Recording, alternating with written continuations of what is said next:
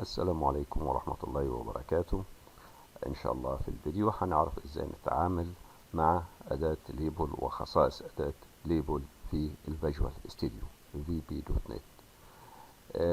احنا عندنا الفورمة. لو نموذج فورم 1 ظهر أمام مني وعايز يكون فعال، بضغط كليكة بجد إن النموذج الفعال هنا فورم 1. بنعمل ريسايزنج لفورم 1، بنكبرها كده بنكبرها على المستوى العمود الفيرتيكال كده، وبعدين بنضغط على التول بوكس وبنبحث عن أداة ليبل. بنجد هنا أداة ليبل. لو عايز طريقة بحث سريعة بتكتب هنا في السيرش تول بوكس، بتكتب LA، بيجيب لك الأدوات اللي بتبدأ ب LA أو داخل حروفها LA، زي مثلا فلو لي اوت أو ليبل أو لينك ليبل أو تيبل لي اوت بانل، والأدوات دي مهمة. فبنختار أداة ليبل. ده طريقة البحث السريع. يبقى أنا عندي طريقتين. الطريقة العادية إن أنا أبص يدوي كده وده أداة ليبل هنا، بقوم ساحبها ووضعها هنا، أو إن أنا بكتب هنا حروف من اسم الأداة ليبل، فبيظهر لي الأداة هنا، فبسحبها هنا على الفورم. دي طريقة السحب. في طريقة تانية إن أنا ممكن أفتح التول بوكس وأعمل دبل كليك. دبل كليك بتظهر هنا الأداة في اللوكيشن 00 من على الفورم، يعني في الركن الأيسر العلوي من الفورم. دي الطريقة. يبقى أنا عندي طريقتين: طريقة السحب والإفلات، نحذفها. الطريقة الأولى إن أنا بعمل سحب وإفلات وبضعها على الفورم، دي طريقة. الطريقة التانية إن أنا بفتح التول بوكس وبعمل دبل كليك، فبتظهر هنا على الفورمة في اللوكيشن 0x0y، يعني في الركن الأيسر العلوي. بسحب الأداة هنا في المنطقة اللي أنا عايزها على الفورم. طيب لو عايز أداة كماني، طبعا بروح أكرر نفس الخطوات وبسحب الليبل هنا وبيجي لي ليبل 2. هنا الليبل 2 هي اللي فعالة. طب أضغط كليك على الليبل 1، أصبحت الليبل 1 هي الفعالة هنا في البروبرتيز ويندو. دي ناخد بالنا إن أي أداة عايزها تكون فعالة بضغط عليها كليك بالفارة، بتنتقل الفاعلية على الأداة. أو ممكن هنا أجي على الفورم وأقول له هات لي الليبل 1. أجد في المشروع أمامي في البروبرتيز ثلاث أدوات. عندي الفورم 1 اللي هو النموذج الأساسي، الليبل 1، الليبل 2. لو عايز الفورم 1 تكون فعالة كليك على فورم 1، أصبحت الفورم 1 هنا هي الأكتف. لو عايز الليبل 1 تاخد كليك من هنا، أصبحت الليبل 1 هي الأكتف. الليبل 1 is active. عايز الليبل 2 كده الليبل 2. طيب افرض ان انا عايز اجيب ادوات اخرى بسرعة، يعني ليبل 1، ليبل 2، ليبل 3، ليبل 4 وهكذا. هو انا لسه هفتح التيل بوكس واسحب واعمل افلات وكده؟ لا، ممكن ان انا اضغط كنترول من لوحة المفاتيح واضغط باستمرار، يعني ما ارفعش صبعي من على كنترول واضغط على ليبل، اسحب ليبل. يبقى كده ليبل 2 هو ظهر باسم ليبل 2، لكن هو في حقيقته النيم بتاعه ليبل 3. واستمر كمان في كنترول، اضغط كمان مرة وانا بسحب اضغط على كنترول، اصبح كده عندي هو التكست بتاعه ليبل 2، لكن في حقيقته هو ليبل 4. اضغط كمان كنترول واسحب، سحب مع الافلات، اصبح هنا ليبل 5. بس الغريبة جدا انك هتلاقي التكست زي ما هو. ايوه، بيخلي لك التكست كما هو، لكن الليبل نفسه، الليبل نيم متغير. يعني لما نشوف خاصية هنا النيم، لو حضرتك شفت خاصية النيم بتاع الأداة نفسها هتلاقي النيم حرف الN هنا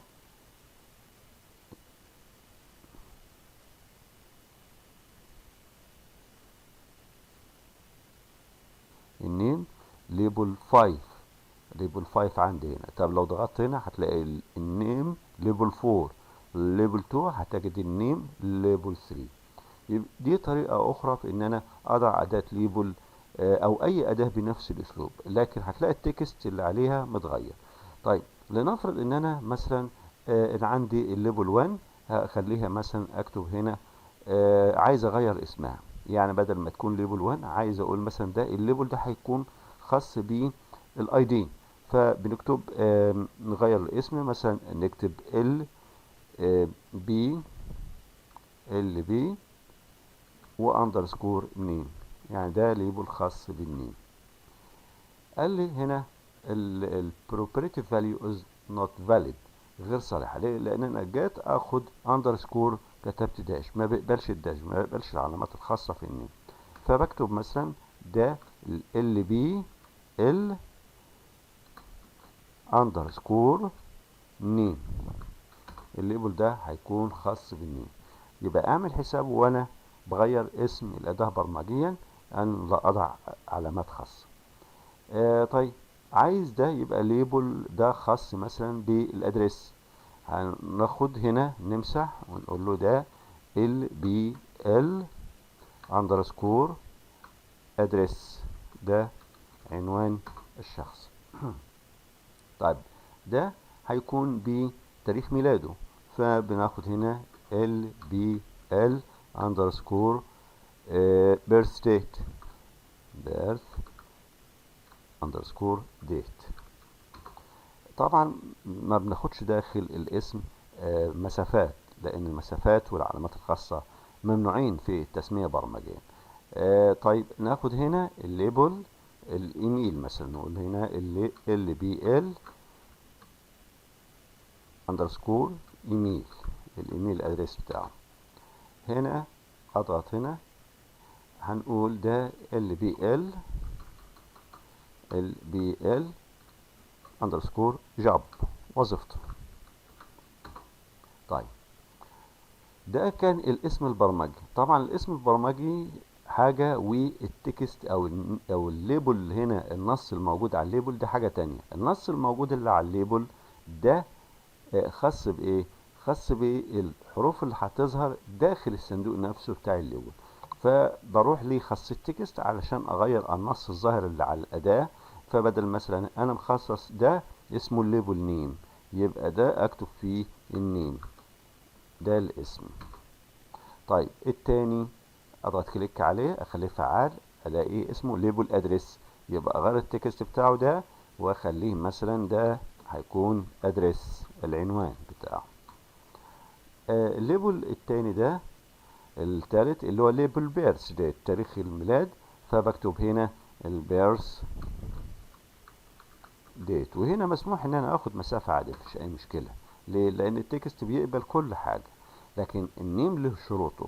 شروطه انك لا تبدأ هنا الشروط التسمية ما بتاخدش حروف خاصة، ما لا تضع ممكن يقبل ارقام لكن لا تضع حروف خاصة، ما تقبلش مسافات، والاسم ما يكونش متكرر، يعني اسم فريد يونيك بحيث ان احنا هنستخدمه برمجيا. هنا الليبل ايميل، فبنحذف هنا وبنكتب الايميل، نحذف التكست الافتراضي. هو دايما بحط لك التكست الافتراضي ليبل 1 ليبل 2 ليبل 3، لا انت بتغيره. هنا الليبل اللي بعده ليبل جوب، فبنمسح ده ونقول جوب، دي الوظيفة.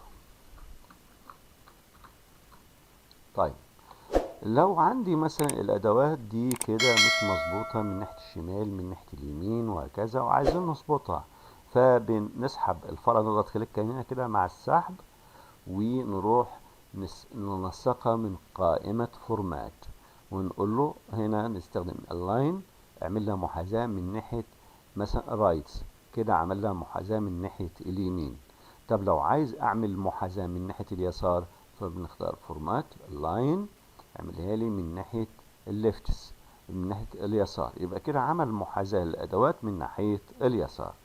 طب نرجع تاني طب لا افرض ان هي الأدوات دي انا مش واضعها على شكل فيرتيكال، هنا طبعا انا واضعها على شكل عمودي. طب لو عملتها على شكل هوريزونتال كده افقي، واحدة فوق واحدة تحت وهكذا كده كده، والتانية جنبها كده، انا عايز اظبطهم كلهم فيرتيكال هوريزونتالي، فباجي هنا اضغط على الفاره مع السحب كده من منطقه فاضيه. شوف انا بسحب من منطقه فاضيه، ما اجيش على اول اداه واسحبها، لا من منطقه فاضيه من هنا كده واسحب، واطلع قائمة فورمات نسق واختار اللاين واقول له توبس، اظبطهم لي من حيث القمة فوق من فوق. طب لنفرض ان انا عندي مثلا دي ودي جاية جنب دي ودي جاية جنب دي، انا عايز اظبط المسافات البينية ما بينهم، فبتاخد هنا تحدد تاني وتختار فورمات، وهنا في اللاين، في هنا توبس وبوتوم، لا ممكن اقول هنا ميك هنا في هوريزونتال سبيسنج، يعني المسافات اللي بينهم افقيا، اقول له ميك ايكوال، اختار هنا ميك ايكوال يعني اجعلها متساويه، ميك ايكوال. طب عندي فورمات هنا هوريزونتال سبيسنج، ممكن اعملها انكريز زياده كده زودها. طب عندي فورمات هنا هوريزونتال سبيسنج ديكريز، نقصها شويه كده نقصها. طب فورمات فيرتيكال سبيسنج كمان ديكريز، نقصها كمان كده سابها شويه. هنا هوريزونتال سبيسنج اقول له ريموف، ازل، كده عمل ازاله للهوريزونتال سبيسنج. طب ارجع تاني اقول له فورمات هوريزونتال سبيسنج، هنا انكريز زودها كده يبتدي يزودها. فورمات هوريزونتال سبيسنج مثلا انكريز زودها، وانا هفضل اعمل زودها كده. طيب ما ينفعش ان انا استخدم ان هو هنا عنده تراجع وفي كنترول مع واي ان هو يكرر نفس الخطأ. طيب لكن انا لو حبيت ازودها يبقى فورمات هوريزونتال سبيسنج هنا انكريز، يفضل يزود فيها بالمسافات اللي انا عايزها واتعامل معها كليا. طيب اللي بعده بقى، افرض ان انا عايز ارجعها تاني اظبطها من حيث اليسار، من الناحية اليسار، فبضع هنا كده كده، بضع مبعصرة كده وبحدد هنا كلها مع بعضها واقول له فورمات هنا لاين، اعمل لها لاين محاذاة من ناحية الليفتس من ناحية اليسار، كده ظبط ال ال ال ال الحد اليسار الخاص بالادوات. طيب هتلاحظ ان هنا في مسافات عمودية، هنا مسافة كبيرة هنا مسافة صغيرة، عايز اظبط المسافات دي فبضغط فورمات والجأ ل vertical spacing، vertical spacing واضغط هنا ميك ايكوال اجعلها متساوية، كده ظبط السبيس بتاعتها افقيا. طبعا دي بتستخدم الليبل ده علشان اعرف ان الاداة اللي جنب منها دي اداة خاصة بايه. يعني مثلا انا هاجي هنا اضع اداة مثلا زي تكست بوكس، اداة التكست بوكس اجيبها اسحبها هنا كده وبحط التكست بوكس جنبها، فبعرفه التكست بوكس ده القيمة دي اللي هدخلها هنا خاصة بايه. طبعا بضغط كنترول واسحب على دي واسحب على ديت واسحب مع كنترول واسحب على دي كنترول، وانا بسحب الفاره بكرر الاداه بدل ما كل شويه اخش على التول بوكس واجيبها تاني. هنا دي مهمه الليبل. مهمه الليبل ان هو بيوضح ليا او بيعنون ليا الاداه دي هستخدمها في ايه بالظبط. يعني انا هدخل هنا قيمه خاصه بالنيم، ادخل هنا قيمه خاصه بالادرس العنوان، هنا قيمه خاصه بالديت، والديت طبعا هيبقى له تنسيقات هنعرفها فيما بعد لما نيجي ندخل الفيرس ديت والتواريخ ان شاء الله. هنا الايميل ده مثلا خاص بالايميل، ده خاص بالجوب، يبقى دي مهمه الايه الليبلز، ان هو بيوضح ليا اسم الاداه دي ايه. طب افرض ان انا عايز هنا اضع عنوان رئيسي هنا، طبعا هتقول طب ما تضع هنا في التايتل، ايوه بنضع في التايتل بس في مستخدم ما بيقراش الفورمه دي. يعني مثلا اخلي هنا فورمه فعاله كليكه واكتب هنا في التكست بتاعها ان ده مثلا بيرسونال داتا، ان دي بيانات شخصيه، بيرسونال داتا، وضحت هنا مكتوبه بيرسونال داتا. لما ودي مهمتها لما تضع في التايتل بتلاقي هنا اسمها ظهر على التاسك بار وكده، لكن في ناس يعني ما بتاخدش بالها قوي، فممكن نلجأ ان نفتح التول بوكس ونقول له هات لي اداة ليبل، اداة ليبل، ونسحبها هنا كده ونضعها. هتقول لي انت جبتها بالطريقه التقليديه، طب ما انا عايزها بطريقه السحب والافلات اسرع شويه، عادي احذف دي كده وهات هنا اهوت واضغط على كنترول على اول واحده واسحبها هنا، دي اسرع شويه. وبنكتب هنا التكست هنا نكتبه مثلا ان دي الفورم دي خاص بالبيرسونال داتا، خاصة بالبيانات الشخصية. هتقول لي ليه انت جبتها هنا؟ علشان هنا ممكن استخدم بقى خاصية الفونت واكبرها شوية كده. اجي هنا الفونت، الخط، واقول له مثلا دي البولد، خليه بولد، خليه 16 مثلا. اوكي كده بقى 16. هتقول لي هنا المسافة مش مظبوطة على الفورم، يعني هي جاية كده ناحية اليمين شوية. طب انا عايز اظبطها في النص. عادي، بتضغط هنا لفورمات وبتستخدم سنتر انفورم وتقول له سنتر انفورم هوريزونتالي. اظبطها يعني اعمل لها ضبط على او نسقها على الفورم وخليها وخليها في المنتصف افقية كده. ظبطها منتصف افقية. طب لنفرض ان انا عايزه يظبطها منتصف عموديا، طبعا هيجيبها لي هنا في النص وانا مش طالبها، بس هنجربها كده. فورمات سنتر انفورم فيرتيكالي، جابها لي كده. يبقى كده جابها لي في المنتصف عمودين، لكن انا مش عايزها. يبقى ارجع من على الخطوه دي، اقول له ارجع. يبقى انا عايزها تبقى horizontal center. يبقى انا استخدم هنا form و center inform horizontally، يعني اضبطها او نسقها على الفورم horizontally افقيا. جميل.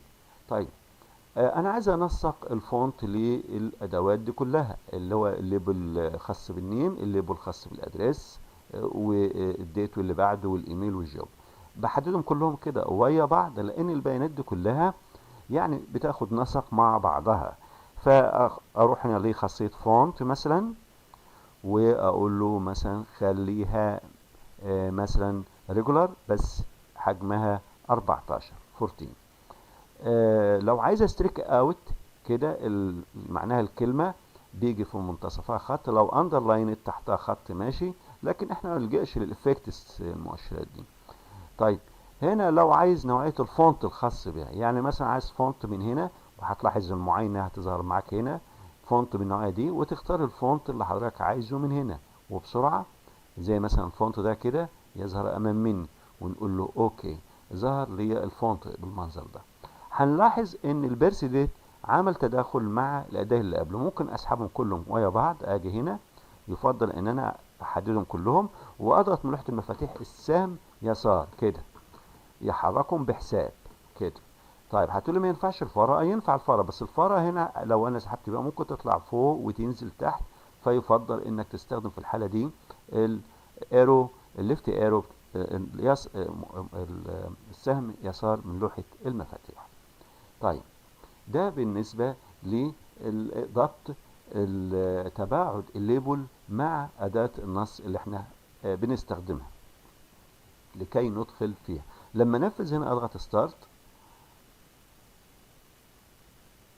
انتظر الاقي الفورمه ظهرت لي هنا. طبعا الفورمه ظهرت فوق هنا. طبعا عرفنا في الحلقه اللي فاتت مع التعامل مع الفورم ازاي نخليها تظهر. ابص هنا الاقي دي النيم، احط هنا النيم، احط هنا الادريس، هنا البيرث ديت، هنا الايميل، وهنا الجوب. طبعا هتقول لي انا بضعهم هنا بدون قناع وبدون هنا تنسيق. انا ما بتكلمش النهارده على التكست بوكس، انا بتكلم النهارده عن النيم. لسه هنعرف بعدين في الحلقه الجايه ازاي نتعامل مع التكست بوكس. نضغط هنا اكس. عايز الفورمه طبعا تظهر في المنتصف. طبعا احنا خدناها في الحلقه اللي فاتت في الدرس الاول. عايزها تظهر في المنتصف، يبقى نلجا لخاصيه هنا ستارت بوزيشن ونختار سنتر سكرين. ننفذ نشوف، نجد ان هي ظهرت ليا كده بالمنظر ده. هنعمل بيرسونال داتا تظهر هنا بالايقونه بتاعتها بيرسونال داتا، وظهرت بالشكل ده. اقفل من هنا من اكس طبعا لان دي الفورمه الوحيده. ممكن من هنا او ممكن ستوب ديباجنج من هنا. طيب لو انا عايز الفورمه اول ما تشتغل تظهر كبيره على سطح المكتب، تملا سطح المكتب، والاسلوب ده غير منصح به الا في حالات معينه. فبنستخدم خاصيه الويندو ستيت، ونفتح القائمه دي ونقول له تخليها تظهر ماكسمايزد، ونضغط ستارت ابدا او F5، بنلاقيها تظهر كده تملا سطح المكتب. بنضغط علامه اكس هنا. طبعا لو عايزها اول ما تظهر مينيمايزد، يعني تظهر على التاسك بار، فبتختار هنا مينيمايزد وتضغط هنا ستارت. بتظهر لك هنا بس مصغره، مش هي دي، لا هي اللي تحت دي مصغره. ايوه، ونضرب عليها تظهر هنا لك في وضع ريستور. نقفلها. طبعا يفضل ان انا اتركها في الوضع النورمال الطبيعي. نرجع لخاصيه الليبل. انا عندي هنا النيم والادريس والبيرث ديت والايميل. طيب لنفرض ان انا مثلا عندي اداه زي بيرسونال داتا زي دي. البيرسونال داتا تلاحظ ان هنا في خاصيه اسمها الاوتو سايز. الاوتو سايز هنا ترو. يعني ايه الاوتو سايز؟ يعني الحجم التلقائي على حسب النص اللي بداخله. يعني مثلا لو كتبت هنا بيرسونال داتا مثلا البيانات الشخصيه فور مثلا students للطلاب،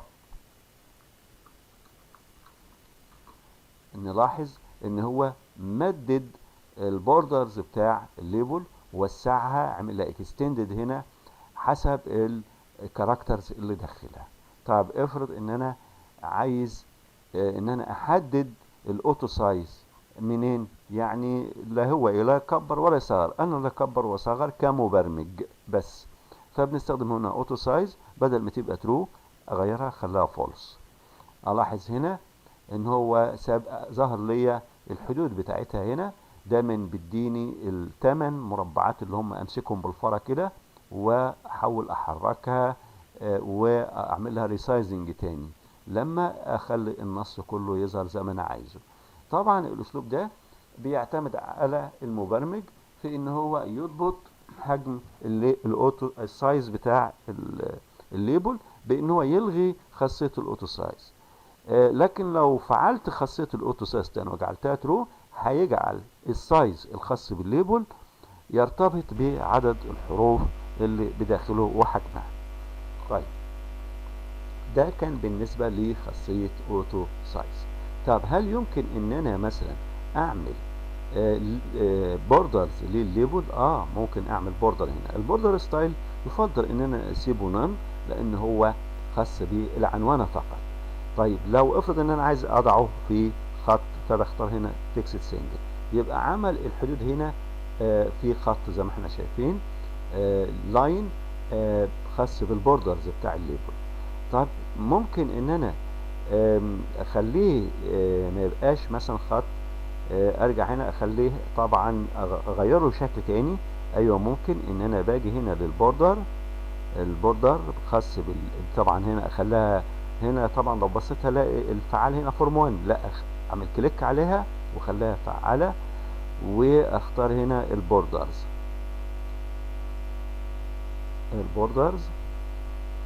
البوردر ستايل بدل ما تبقى فيكسد سنجل اخليها فيكسد 3 دي، بقت كده فيكسد 3 دي واخده شكل ثلاثي الابعاد. طب اغيرها تاني، اتراجع ان هنا ممكن كده اتراجعت وخلاها فيكسد سنجل. لو تلاحظ هنا ان البيرسونال داتا فور ستودنتس ليست في المنتصف. طب ممكن اخليها في المنتصف. ايوه. طب اكبرها كده لفوق شويه ونشوف ايه اللي حصل. وهنا تحت كده ننزل شويه. طيب لنفرض ان انا عايز انزل كله كده، بحدد كله وبسحب لتحت كده شويه.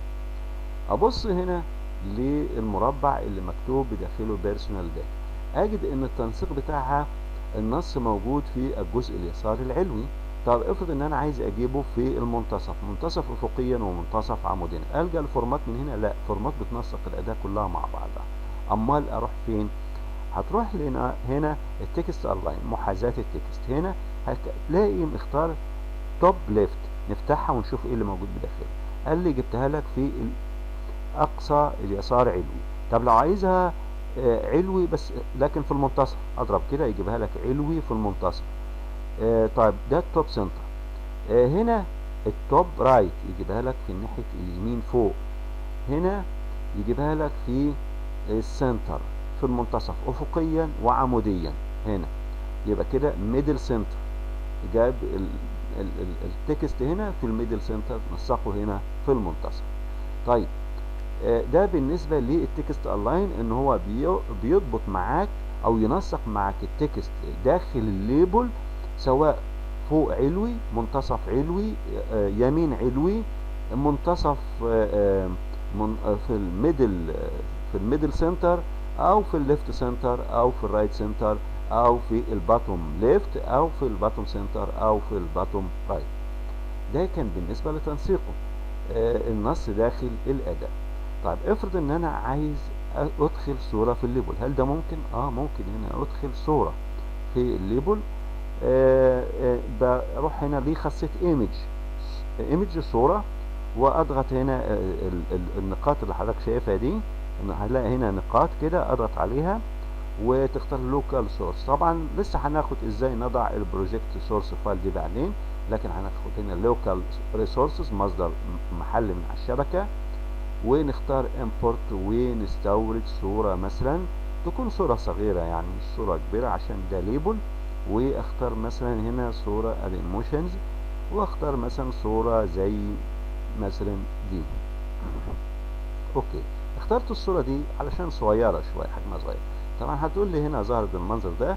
طب هكبر الفورم عشان نقدر في حدود الصورة اللي اتعاملت معاها دي اسحب الادوات دي، هقوم عامل كده سحب الادوات دي تحت كده شوية، ونشوف الفورمة دي كده عشان نشوف الصورة بتاعتها. نلاحظ هنا ان البيرسونال داتا فور ستودنتس ظهرت في المنتصف، وكذلك الايقونة الخاصة بالصورة اللي انا وضعتها او الايمج ظهرت في المنتصف. طب افرض ان انا عايزها فوق، اغير مكان الكلام مع الصورة، اعمل تناسب كده معاهم، هل ممكن؟ ان انا باخد هنا، باجي هنا على التكست الاين اللي هو بيرسونال ستودنتس، ممكن اقول له التكست الاين بتاعك، نفتح دي ونخليها مثلا فوق كده، ده البيرسونال داتا فور ستودنتس. او ممكن نخليها تحت هنا في الباتوم هنا سنتر، وضعها لي هنا في الباتوم سنتر تبقى تحت كده الصورة، يعني ممكن احط صورة الطالب هنا وتحت منه الكلام. طب ممكن تبقى الصورة ناحية اليسار والكلام ناحية اليمين، ايوه نعملها كده، ناخد الكلام في المنتصف ناحية اليمين يجي كده. طيب لسه شوية، ايوه ان انا اطلع بقى لمحاذاة الصورة، فاجي هنا للايمج، خاصية الايمج، ونختار هنا الايمج الاين، ونختار هنا ميدل سنتر زي ما عملت في التكست برضو. اعمل هنا هلاقي نفس التنسيقات الداخل، بختار هنا ناحية اليسار كده، ناحية اليسار، واكبر حجم الاداة كده شوية، واجيب دي هنا كده، ايوه بيظهر لي النص مع الصورة داخل الاداة. طبعا لو عايز تخلف ان انا اجيب الصورة ناحية اليمين، فبتختار هنا مثلا ميدل ليفت هنا، يجي بالي كده، وانزل تحت اغير التكست اللاين اللي هو محاذاة التكست، واخليها ناحية الليفت، ميدل ليفت، يجيبها لي كده ناحية الميدل ليفت التكست، ويجيب لي الصورة الميدل رايت. ده يرجع لحسب تنسيقك وحسب ما يطلع لك. طب افرض ان انا عايز التكست ده ان انا اعمل له اغير اللون بتاعه، تستخدم هنا الفور كلر، اللون الامامية او لون النص الامامي. فهنا الفور كلر دايما سايبه الخط الافتراضي بتاعه لونه اسود. ممكن اختار كاستم هنا واقول له مثلا اختار اللون بتاعه جرين، اخضر كده. طب افرض ان انا عايز الون كله ويا بعضه عادي، ممكن تيجي هنا تحدد كده، يعني تسحب الفاره من هنا من الجنب منها من هنا كده ونازل، يسحب لك هنا الكوليكشن ويا بعضها، مجموعه الليبلز كلها ويا بعض، واروح للفور كلر هنا واختار مثلا اللون هنا وليكن براون كده، بقى اللون براون. طيب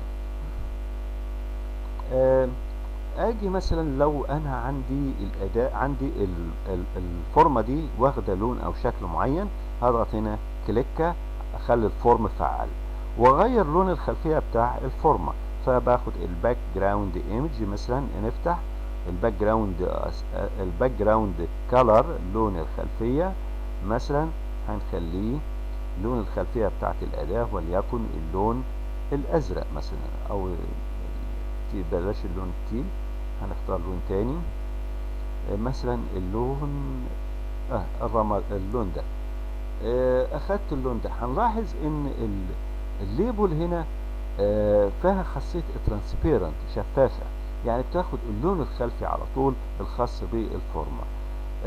طب افرض ان انا عايز ان الفورمة يبقى لها لون والباك جراوند كلر الخاص بالليبل يبقى لها لون تاني، ممكن، ايوه ممكن ان انا باجي هنا احدد الباك كلر. الاحظ ان لما اضغط على الليبل 1 هي هنا الاكتف، حتى هي في البروبرتيز هنا الاكتف، بلاقي الليبل 1 هنا الباك كلر هنا عمل انهيرتنج، عمل اراث او ميرس او توارث اللون بتاع الفورم هنا دي.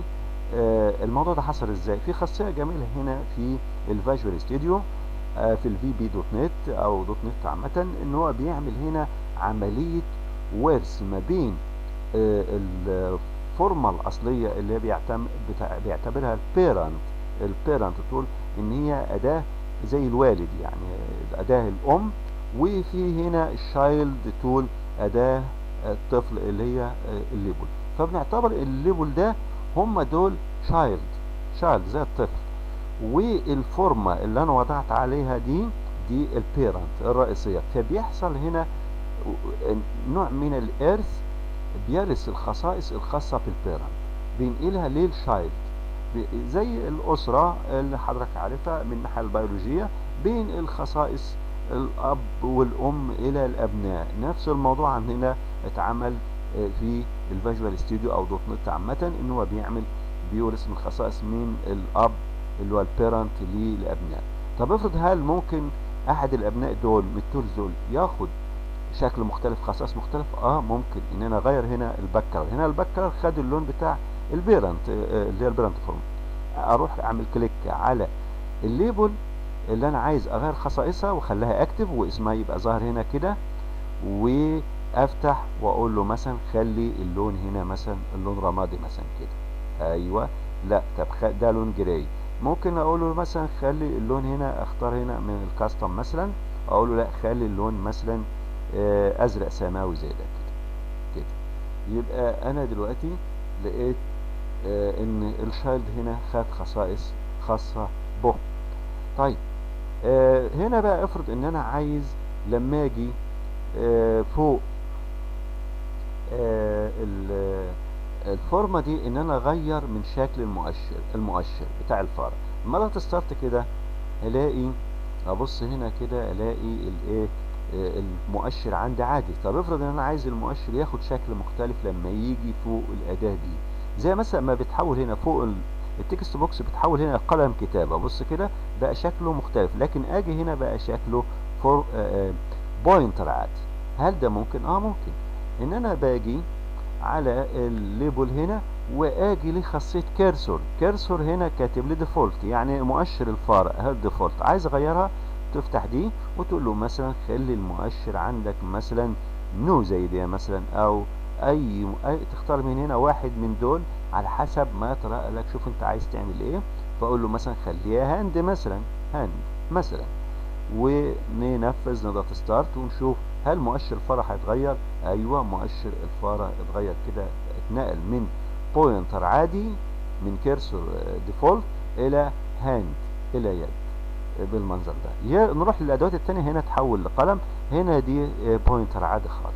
ده لما تحب تغير البوينتر اللي بيمر عليها من خاصية كيرسور.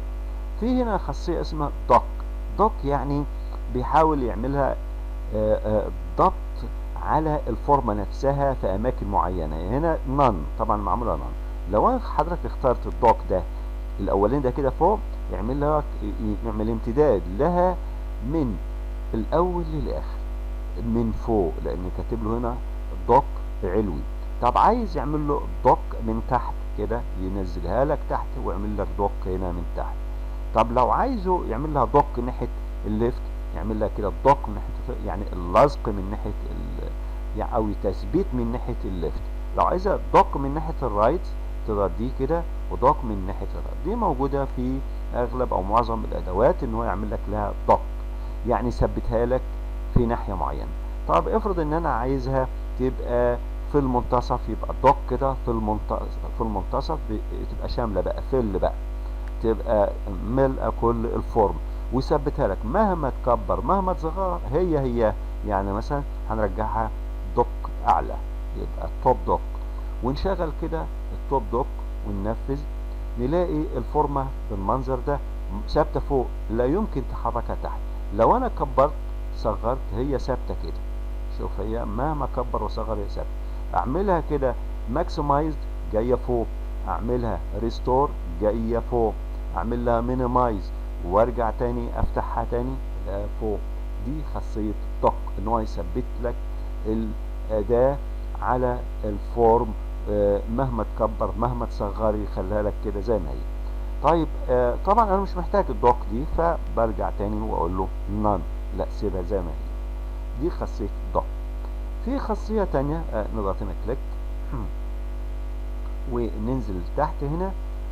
في خاصية خاصة باللوكيشن. اللوكيشن اللي هو الموقع بتاعها. بنفتح خاصية اللوكيشن نلاقي هنا الإحداث X والإحداث Y.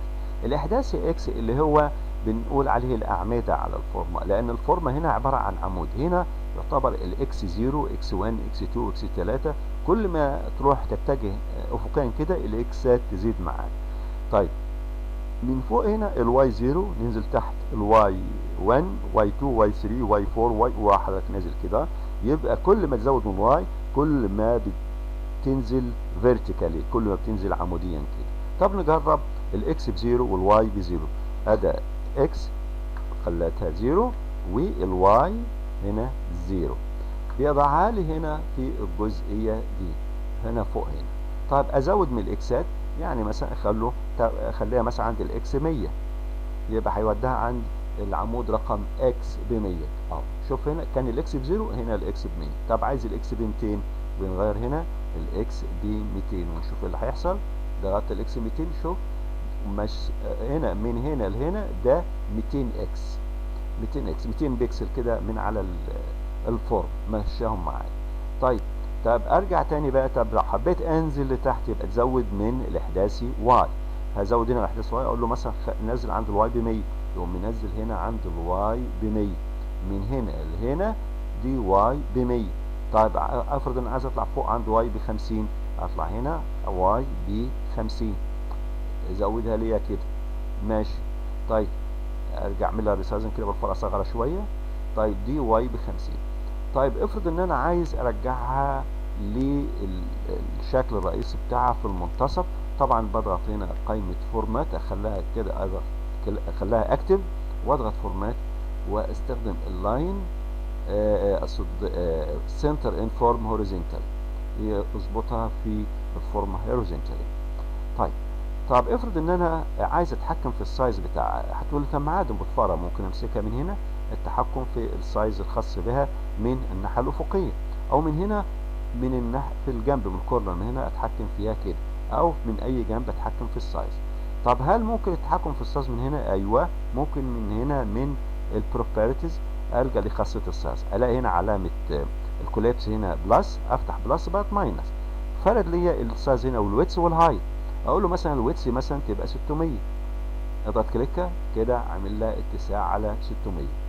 طب افرض ان انا مثلا عايزها مثلا الهايت مثلا 195، عايز الهايت مثلا يبقى 400، نضغط هنا 400 كده بقى الهايت 400 الارتفاع.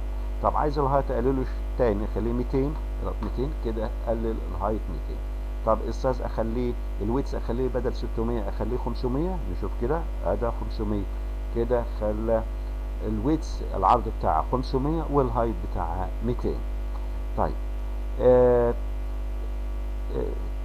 في هنا فيزابل مرئي، يعني ممكن فيزابل دي الخاصيه دي ان انا ممكن اخليها غير مرئيه ما حدش يقدر يشوفها. طبعا احنا بنغير كل حاجه هنا من البروبرتيز، لسه لم نستخدم الاكواد، لسه هنعرف ازاي نتعامل مع الاكواد فيما بعد، لكن احنا بندي فكره بس عنها. نضغط ستارت كده ونشوف اللي هيحصل. نلاقي هنا الاداه انا شايفها، الليبل ده انا شايفه. طب افرض ان انا عايز اخفيه، بقى اضغط على كليك اخليه اكتف، واجي هنا لخاصيه فيزابل واخليها فولس ان هي لا تظهر. ننفذ ستارت، نلاقي ان الفورمه اختفت معايا. طب عايز اظهرها تاني، بنرجع تاني فيزابل نغير التشينج للفاليو بتاعتها، بدل ما تبقى فولس اخليها ترو. طيب في خاصيه تانية طبعا ننفذ، هنلاقي في التنفيذ هنا انها ظهرت ليا خلاص مفيش اي مشكله. افرض ان انا عايز اخلي الادوات دي كلها اللي انا حاططها دي تظهر من ناحيه اليمين. انا راجل هشتغل باللغه العربيه وعايز الادوات دي كلها تيجي ناحيه اليمين. باجي هنا اخلي الفورمه هي اللي فعاله، كليكه اخلي الفورمه اكتف هنا واسمها ظهر هنا اتاكد منه، واستخدم رايت تو ليفت هنا نو اخليها يس. لاحظ كده معايا، هو يا دوب جاب لي التايتل هنا في ناحيه التايتل بتاع الفورم من ناحيه اليمين، لكن عايز تغير بقى اختار هنا رايت تو ليفت لاي اوت وخليها ترو، يجيبها لك كلها ناحيه اليمين. كده ظبط البيرسونال داتا جابها لي، وكلوز وماكسمايز ومينيمايز باتون جابها لك ناحيه اليسار. وكده نلاحظ ان التكست جابه لي ناحيه اليمين، والايقونه دي جابها لي ناحيه اليسار، عكس ما كان حصل من شويه. طيب لو رجعتها تاني شوف ايه اللي هيحصل، اخليها فولس كده رجعها لك تاني، واخلي رايت تو ليفت برضو نو كده جاب لك البيرسونال داتا هنا الناحيه دي، والزر كلوز وماكسمايز ومينيمايز جم رجعوا لسيرتهم الاولى. طيب لنفرض ان انا عايز اغير، طب ايه اللي حصل لما انا غيرت الفورم؟ طبعا الفورم هو البيرنت، لما غيرت له الاتجاه الدايركشن بتاعه من رايت تو ليفت وخليتها يس، ورايت تو ليفت اوت خليتها برضه ترو، غير لكل التشايلد نفس الاتجاه، جابهم كلهم رايت تو ليفت. رايت تو ليفت اللي اوت بتاعهم كمان رايت تو ليفت. ده عمل ايوه عمل خاصيه الانهيرتنج اللي هو خاصيه الارث. من لقى ان الفورم البيرنت هنا ناحيه اليمين، جاب كل الشايلدز اللي هم الادوات دي كلهم ناحيه اليمين. طب انا عايز اخلي الاداه دي هي بس اللي تيجي من ناحيه اليمين، يبقى اخليها اكتف واروح لخاصيه رايت تو ليفت، هلاقي هنا نو اخليها يس. لاحظ هنا صوره الايقونه دي ناحيه اليمين والتكست هنا ناحيه اليسار، اخليها يس. عندي هنا نو ويس وانهيرت ويرس. يرس يعني هياخد زي الام بالظبط اللي هي الفورمه، لا اخليها مثلا هنا رايت تو ليفت يس.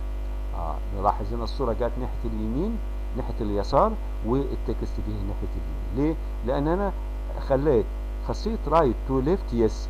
طب نشوف شايلد تاني زي مثلا الشايلد ده، نلاقي رايت تو ليفت نو. ليه خدها نو؟ لانه ورث عن الفورم الام راسا. طب نشوفها كده، كليك على الفورمه بقت الفورمه فعاله، نشوف رايت تو ليفت نو نو.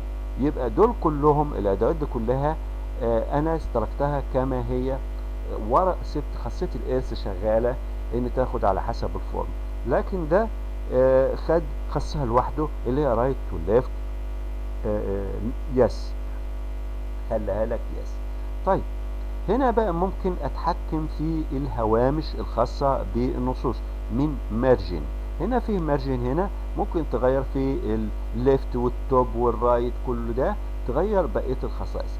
في هنا برضو خاصيه لاكد، ودي يعني مش هتبقى واضحه قوي مع الليبل اللي هو يعني مقفول، ان نخلي جميع خصائصه تغلق، بحيث اهو يعني مثلا اخليه لاكد اخليه ترو كده بقى لاكد. لاكد يعني ايه بقى؟ واجي اضع لك هنا علامه الاوف، اجي اغير فيها كمبرمج واروح ناحيه اليسار او ناحيه اليمين مقفوله على كده. ودي تاخد بالك منها لما تستعين ببعض النماذج الجاهزه.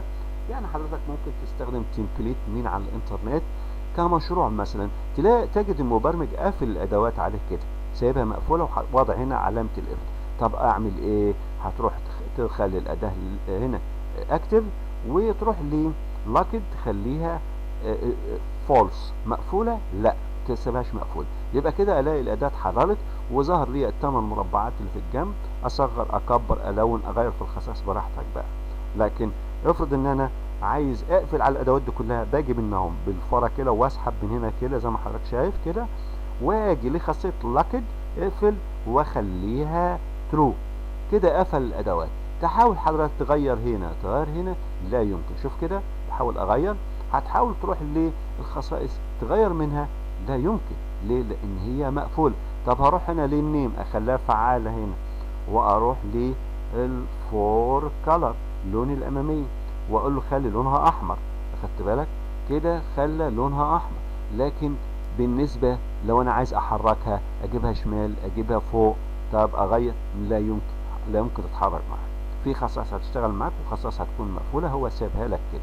طب اروح تاني عايز اغير موضعها، فبتروح تختار هنا خاصيه لاكد مغلق، لاكد هنا بدل ما تبقى فولس خليها هنا لاكد، خليها طبعا هنا لاكد. فين هنا دي دي الفورم 1 اكتب هنا الفورم 1 دي، تحدد الادوات دي كلها كده ونشتغل عملية الغلق دي. لكن هنا ترو، خليها فولس، خليها كده فولس. طيب عايز دي ترجع لاصلها تاني، النيم دي بنخليها هنا الفور كلر، ما تبقاش ريد، خليها زي التانيين كاستم، خليها براون. تمام. الكورسر الكرسور الفعال. في خاصية لسه في خصائص تانية دي هنعرفها ان شاء الله بعدين لما نيجي نعمل مشاريع، ازاي نغير الخصائص، النص والصور، ونتحكم في الحجم، وازاي نتحكم في الديناميكية بتاعتها ان شاء الله لما نيجي نشتغل في البرامج بقى وفي المشاريع، هنعرف ازاي نتحكم فيهم بالاكواد ان شاء الله. السلام عليكم ورحمة الله وبركاته.